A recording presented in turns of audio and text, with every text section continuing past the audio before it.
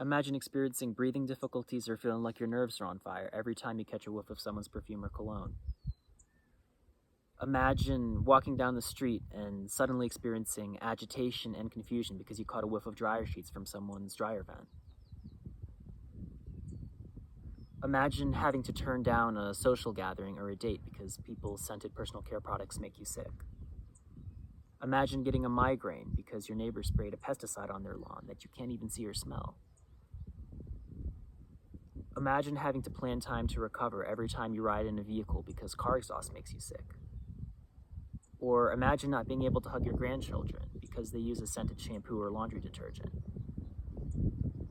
These are the things that people with multiple chemical sensitivity are faced with every day.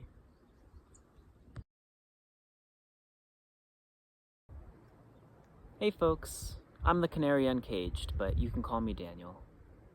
I'm 27 years old and I have multiple chemical sensitivity. My body reacts negatively to various chemicals, from detergents, air fresheners, cleaning chemicals, car exhaust, and many more.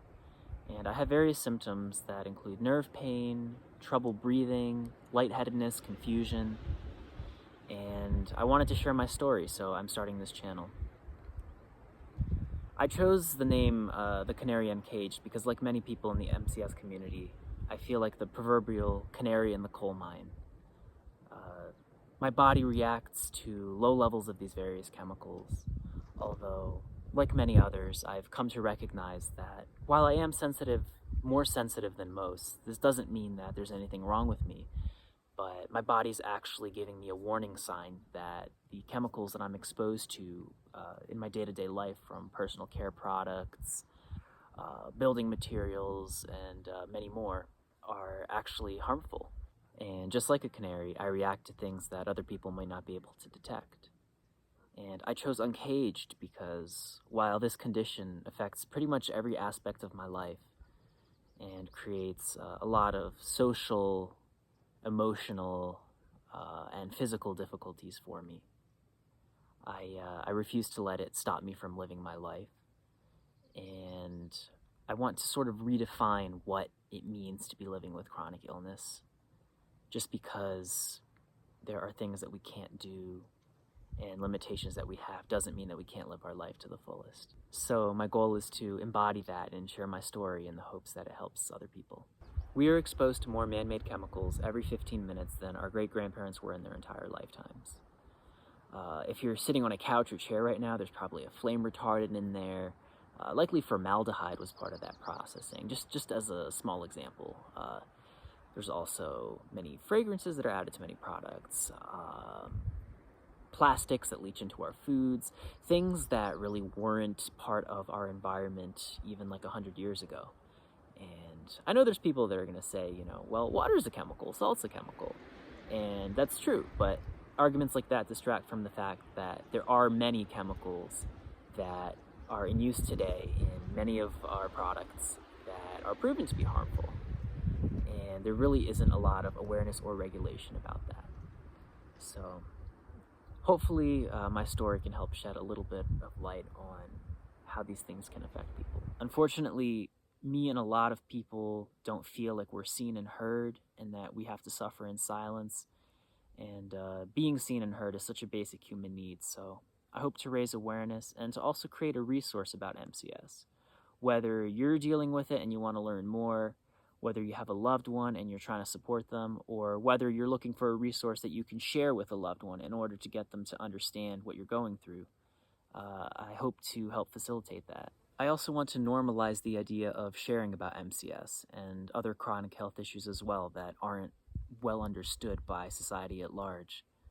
Us MCSers deal with symptoms that affect just about every aspect of our lives, and oftentimes they can be embarrassing and very isolating. But that doesn't mean that we have to suffer in silence.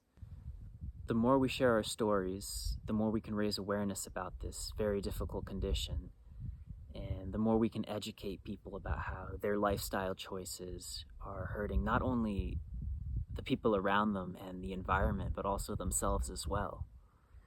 And we can also help others who are suffering to realize that they're not alone. And just the ultimate goal is just to start a conversation about these things, because we've had a lot of technological advancements over the last 100 years, and not all chemicals are bad, but there absolutely needs to be a conversation about what chemicals we're using and how we're using them. So I welcome you to join me on my journey. I hope to also be able to help other people who may be dealing with issues, even finding a place to stay, partially because of the financial issues that come from this condition and just the reactivity that we have to so many buildings and vehicles. I myself am currently living out of a vehicle, and I decided that doing this project would be good for me to kind of help me have an outlet about how difficult, my life is right now because of this condition, and also to help others who may be struggling as well. I also plan to document my journey to healing. It's been quite the journey. I know I have some nutritional deficiencies and some documented toxicities in my system that are contributing to my condition, but when I try to take the supplements to get the nutrition that I need, or when I try to take supplements to help detoxify my system, I have a reaction, and I know that I am far from the only person who experiences that, and that's just one of the many catch-22s you run in with this condition. But I invite you to come on the journey as I attempt to get some answers and get to a better place health-wise. I'd like to dedicate this channel to Hunter Stroop. Some of you in the MCS community may know him. He had a YouTube channel as well, and he was documenting his struggles with this condition. And he was absolutely relentless in looking to find answers. Not only was he trying to help himself with different techniques to get his health better, but he was also trying to share information so that others could heal. And I was just really touched that he was suffering so much, and yet he wanted to help others. And unfortunately, he's no longer with us. He passed last year after a difficult struggle with this condition. And I just kind of want to pick up where he left off. And I'm going to dedicate this one to him. So this one's for you, Hunter. I'm sort of figuring this out as I go along, but it would be very helpful if you could like, subscribe, and share this so we can get this information out to as many people as possible. Thank you for watching, and I hope you have a peaceful day.